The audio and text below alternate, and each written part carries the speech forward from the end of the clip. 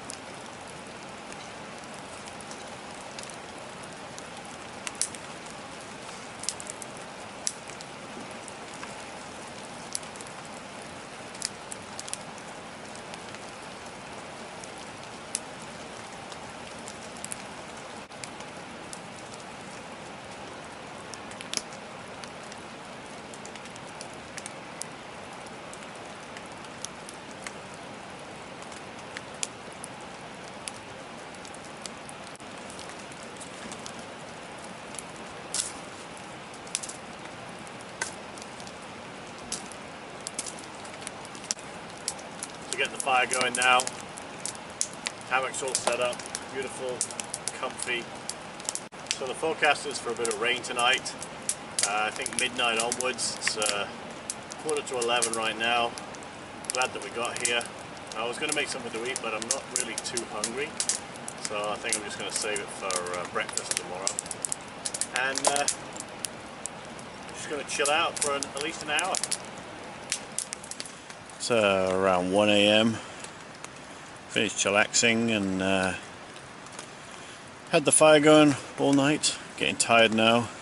Just put the porch mode down and jumped into bed. Got the underquilt underneath of me, starting to get that warm. Got my overquilts over me. I'm starting to get that warm too. Looking forward to a great night's sleep. So I got the tarp in sort of a semi-porch mode, just 1 stick instead of 2 sticks. Not that I'm going to get up and fuel the fire, but you know, it's nice to look over there every now and then and see if the fire's still going. Hopefully it's not going to be too much of a draft. It is cooling down, I see my breath now. I think it's gone down to about 4 degrees, and we're going to see how it goes. We'll speak to you in the morning.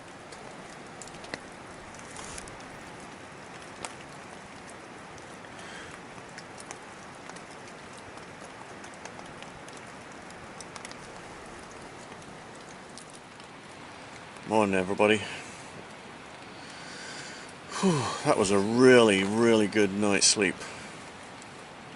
Woke up once, just heard something, and then the rain was just pouring down.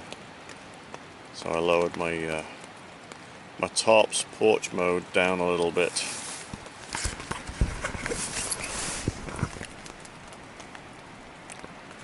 The remnants of our fire, just a little ways out there. Which I'm going to get going again in a minute. But toasty warm, toasty warm. First time I've tried sleeping with the balaclava on. The last couple of times I slept, and I know it was -12. Chin was cold. So I thought I'd try it, but just a tip. Don't get a balaclava that's too tight. This one is my ski one I put under my helmet, and it's loose and it doesn't pinch. I find that I have another one and it's a little bit small, but it pinches into the skin. It kept me awake. One time when I was trying it out, and I wasn't too fond of it, so I didn't really use it again. But this time I thought, you know what, I'm going to try it outside in my hammock and see how I get on. I didn't even know I was wearing it, so it was really good. I got my toucan as well, just to keep some heat in, because the overquilt that I'm using doesn't have, like a sleeping bag, it doesn't have a hood on it. But the two sleeping bags again worked fantastically. I got my fleece socks on and my synthetic booties, which I'm going to show you later, the brand and what they are. My feet are warm, lovely and warm. The Incubator 20 really worked well this time. I've got nothing I've got my thermals on, but I've got nothing below me, as in there's no pad, there's no blanket, there's no fleece blanket. It's just the material of the hammock. And this is my Kakoon Hammock by Moskito, or Byer of Maine. And then my two Canadian Forces bags, but they're unzipped, so it's like a quilt. And the nice thing about this, I haven't done that video yet, I'm going to do it soon. Well, I'm going to get a brew on. I'm going to use my Fancy Feast stove, and I'm going to get a hot chocolate on. So it's all set up, I just haven't put any fuel in it yet, and then we'll get it going.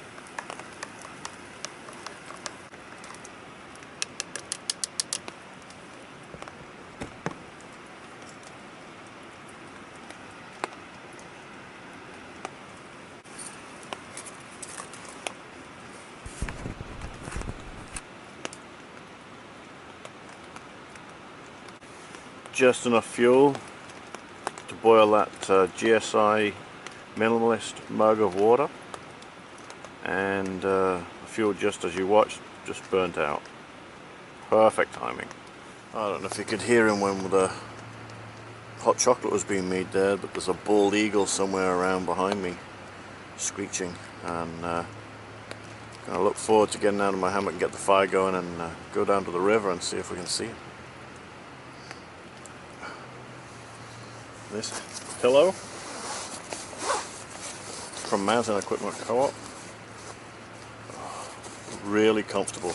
My neck sits right into the, it's like an hourglass or a dog bone shape, and my neck sits right in here, and it's got like insulation in the middle. It's got grippy pads on the bottom, and the nice thing about this is it doesn't slide and disappear underneath of my hammock, so I don't have to keep lifting up and it disappears on me. But it's really, really nice, comfortable, and if the pressure gets too hard, it has an inflator on it so you can actually deflate it. But especially when you're lying on the side of a hammock, as I've just found out, a new idea for it, and put it here, and then the hammock doesn't even cut into me and I can get to see what's going on. And again, like one of the other guys out there, Shug Emery, the Fancy Feast is a choice stove, especially in the mornings when you want to listen to nature. I've got a river running down behind me, screeching eagles. I've got a raven around me as well, and there's no fierce flame being produced by my Whisper Light International by MSR. It's just purrs away. The Fancy Feast is great.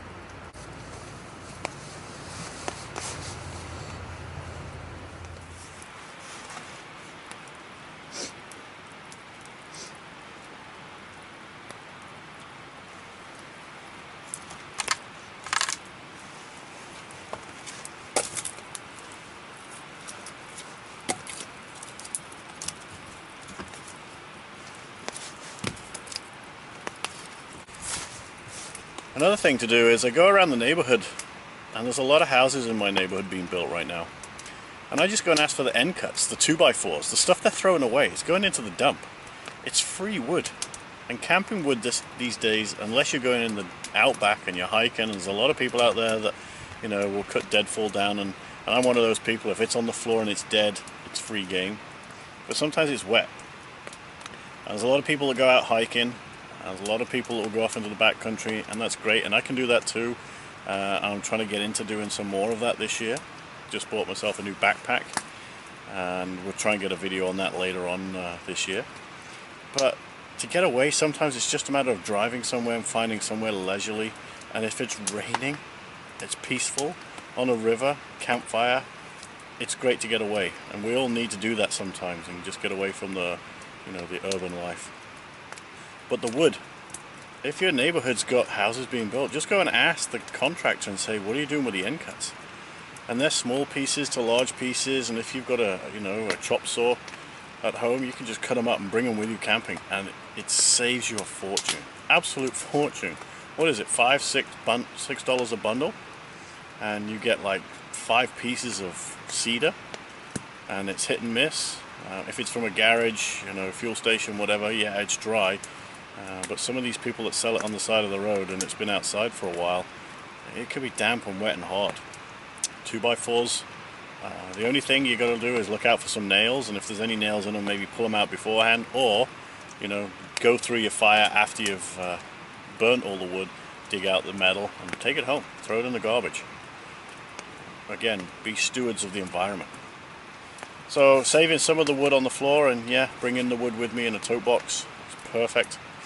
And just sitting here relaxing. I'm just gonna lounge around, become a lounge lizard today for a few hours. I'll get up and have breakfast in a while. I bought some hash browns and bacon. I'll fry that up, and that's about it. You know, got here late last night. Gonna leave here by mid-morning, and just fantastic sleep. Can't say anything better. Fantastic sleep. Lovely and warm. I didn't really toss and turn, and that's it. So enjoy. So I'm gonna quickly look at these socks that I wear. I got these synthetic over booties, keep my feet really warm, made by CTO, and they got not a hard sole, but it's got a rubberized sole, so you can work around in the debris around here and not hurt yourself, and at least just brush them off, and they'll keep clean, lovely and warm, even though they're synthetic. And the socks that I have are a polar feet sock, and nothing special, it's just fleece lined sock, or keep my feet lovely and warm. I tried sleeping in these on their own, just skin, found it was chilly, didn't really warm me up, but as soon as I put a fleece sock on, oh, what a difference, an amazing feeling, super warm, come in many different colors. Polar Feet is the brand name, and I got these from Mountain Equipment Co-op. I'm not sure where else you can get them from. Just didn't think I'd like them at first, but for sleeping in the off-road trailer, the trailer, hammocks, brilliant. You can put them on, it's like a slipper, and then get the right one, put my over booties on, put them together, perfect. And as you can see, I'm just wearing thermal pants and thermal top, sleeping bag.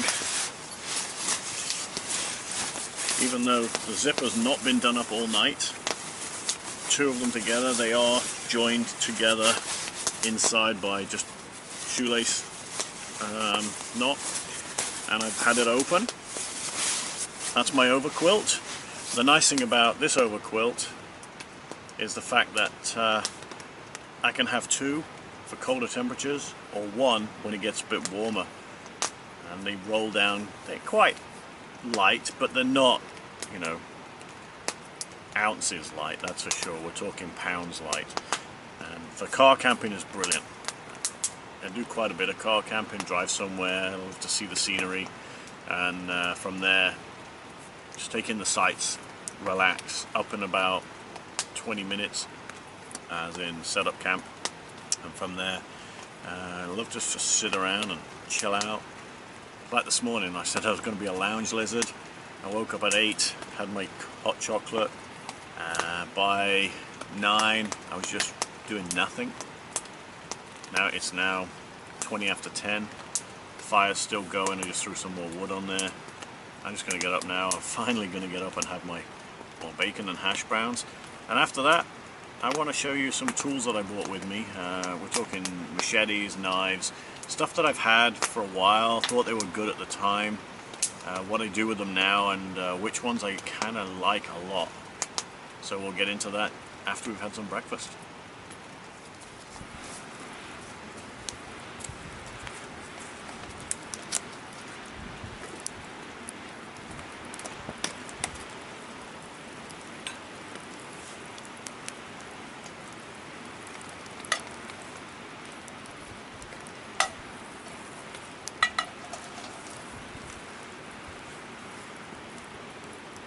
So I'm just going to use a skillet. It's not a cast iron skillet.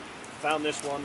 We're looking for some extra camping stuff for the kids. Kids are growing up now, starting to learn how to camp themselves, and they're like, they need a frying pan, they need this and the other, so we're walking along. It's one of those days where everybody can turn out all of their garbage once a year, like springtime. Found 2 frying pans. This is the medium-sized one. Cleaned it all up, seasoned it a bit. It's got a stainless steel handle on it. A lot better than just throw that in the car and let them go camping. So I snafu'd that today, and we're just gonna have some leftovers bacon and hash browns from the other day. So get this all fried up. I think I forgot my plate though, so we'll eat from the skillet with a nice piece of wood as a tray. Take the heat away.